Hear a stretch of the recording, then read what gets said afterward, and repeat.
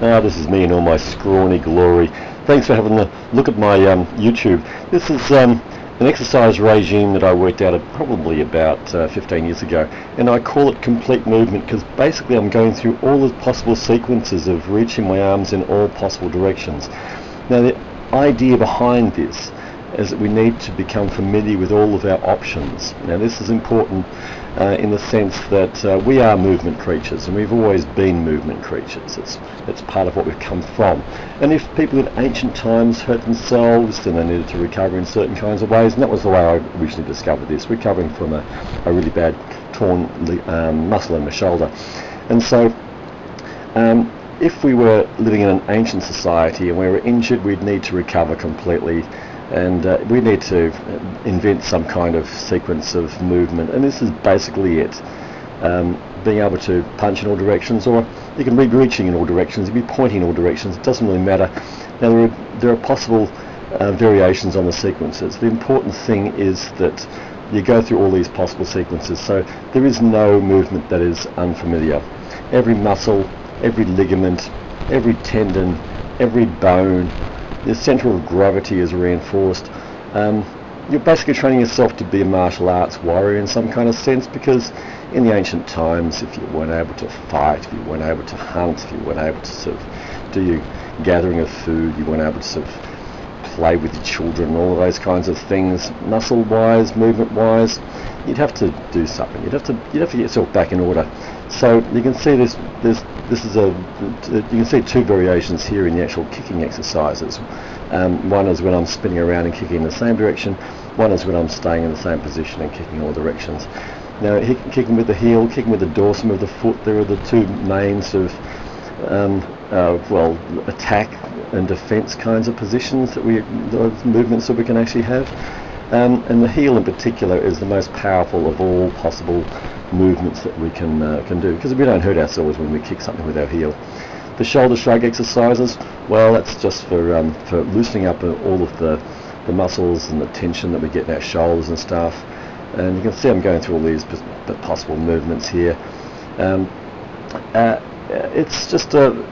just sequences, and you can invent your own, but make sure you go through all possible things, work out your own particular way of going through these things.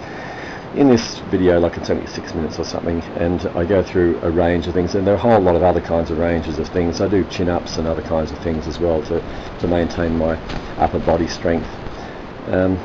Yeah, look at that. Look at that. No, that's scrawny. That's pretty appalling, really. But I'm just a scrawny bloke, and I've always been. I've come from a scrawny family, so I can blame them.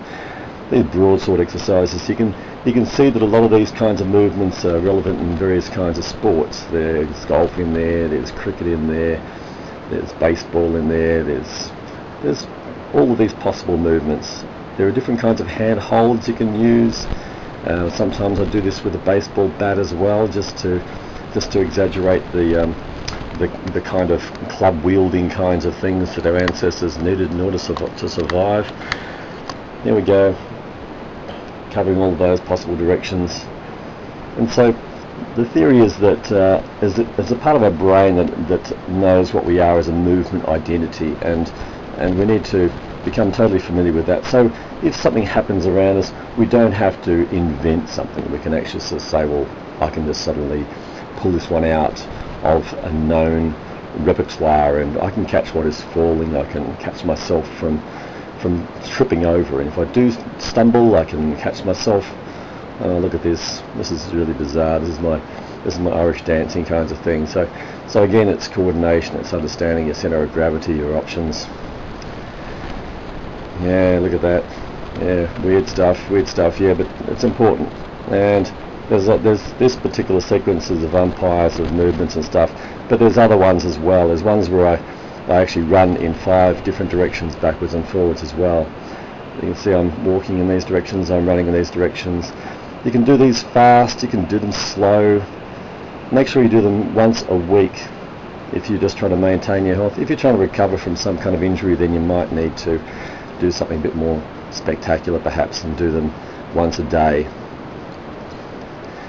Yeah, they look pretty weird. And I'm all in mud here. I'm actually rehearsing for a mud try performance I was going to run the next weekend in Melbourne. And it went pretty well, but almost no one turned up because they got scared because it was bloody cold and it was windy and it was raining. But we had a great time. A lot of entertainment for a lot of people. Yeah.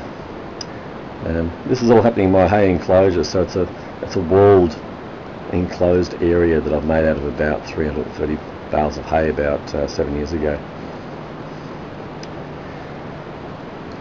And sword fighter, yeah. Sometimes this is the actual sequence I actually did all of these things in, so I'm giving myself a bit of rest in, so resting the arms, resting the legs, going between different kinds of cycles and stuff. And I'm doing this pointing my finger. I could be doing it sort of in a fist. I could do it with the open hand. The palm up and palm down kinds of things with the punching sort of things are important, and you can introduce other kinds of variations like that if you want. But you can see what I'm doing.